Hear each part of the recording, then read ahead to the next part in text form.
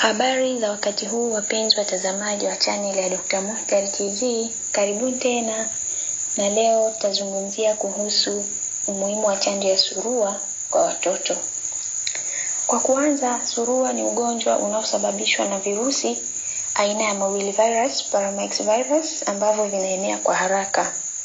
Na ugonjwa huu huathiri watu wa rika zote, lakini watoto wale ambao wako chini ya umri wa miaka 5 ndio ambao huathirika zaidi. Ugonjwa wa surua huenezwa kwa njia ya hewa, hasa pale mgonjwa anapokohoa au kupiga chafya. Na maambukizi yake huenea kwa haraka, hasa sehemu yenye msongamano. Virusi hivi vya surua vinakaa kwa muda masaa 2 katika hewa, ambapo mtu mwingine akivuta ile hewa yenye virusi ndipo anapopata maambukizi. Lakini pia dalili za huu ugonjwa wa surua ni kwamba siku chache za mwanzo zile mtoto anakuwa anapata homa, lakini pia anapata mafua pamoja na kikohozi. Na baadaye macho yanaanza kubadilika na kuwa mekundu na kuanza kutoa majimaji, lakini pia anaanza kupata kutoka na vipele vidogo vidogo ambavyo vile hivi huanzia kwenye paji la uso, lakini pia huja kuanza kutoka nyuma ya masikio na kuanza kusambaa usoni na mwisho mwili mzima. Ugonjwa huu una madhara, ambapo madhara yake ni kama kuanza masikio kutoa usaha, ambapo ule usaha unaweza kuja kusababisha kupata matatizo ya kusikia. Lakini pia hivi vidonda vya macho ambavyo vinaweza pia kuja kusababisha kupata upofu. Lakini pia madhara mengine, mtoto anaweza akapata pneumonia, lakini pia anaweza akapata utapiamlo.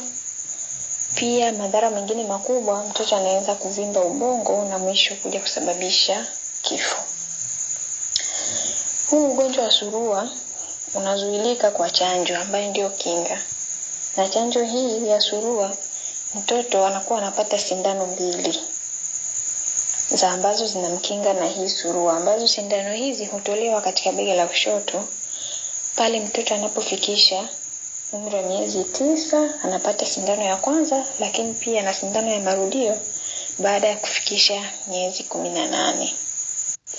Lakini iwapo kuna mlipuko ukatokea wa huu ugonjwa wa surua, inafaa wale watoto kuanzia miezi 6 na kuendelea wapatiwe hii chanjo ya surua hata kabla hawajafikisha ile miezi 9 ambayo ndo wanatakiwa wapate. Wanatakiwa wapatiwe na wao hii chanjo ya surua ili kuweza kuwakinga wasipate huu ugonjwa.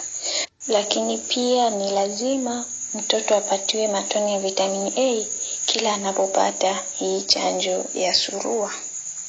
Tukija kwenye tiba ya huu ugonjwa wa surua hauna tiba, isipokuwa matibabu yake hutolewa kwa ajili ya kutibu yale madhara ambayo yanakuwa yamesababishwa kutokana na huu ugonjwa, kama vile tulivyosema pale mwanzo. Mfano, mtoto amepata pneumonia au masikio yameanza kutoa usaha, ndio ambavyo tunavitibia. Lakini huu ugonjwa wa surua unaweza kukingwa kwa chanjo. Kwa hiyo ni muhimu kwa mzazi kuhakikisha mtoto anakamilisha hizi chanjo zote, ikiwemo ile chanjo ya marudio ambayo ni ya miezi 18, ili iweze kuimarisha kinga ya mtoto. Na pale mzazi anapoona mtoto ana hizi dalili ambazo tumezisema, ameanza kupata mafua, homa, kikohozi, lakini pia vipele ambavyo havielewi, basi awahi kumfikisha mtoto katika kituo cha kutolea huduma za afya ili aweze kupata uchunguzi zaidi. Kwa hiyo tuwahimize na wenzetu kuwapeleka watoto kliniki kwa ajili ya kupata hizi chanjo. Chanjo ni kinga, kwa pamoja tuwakinge. Asanteni na kwaherini.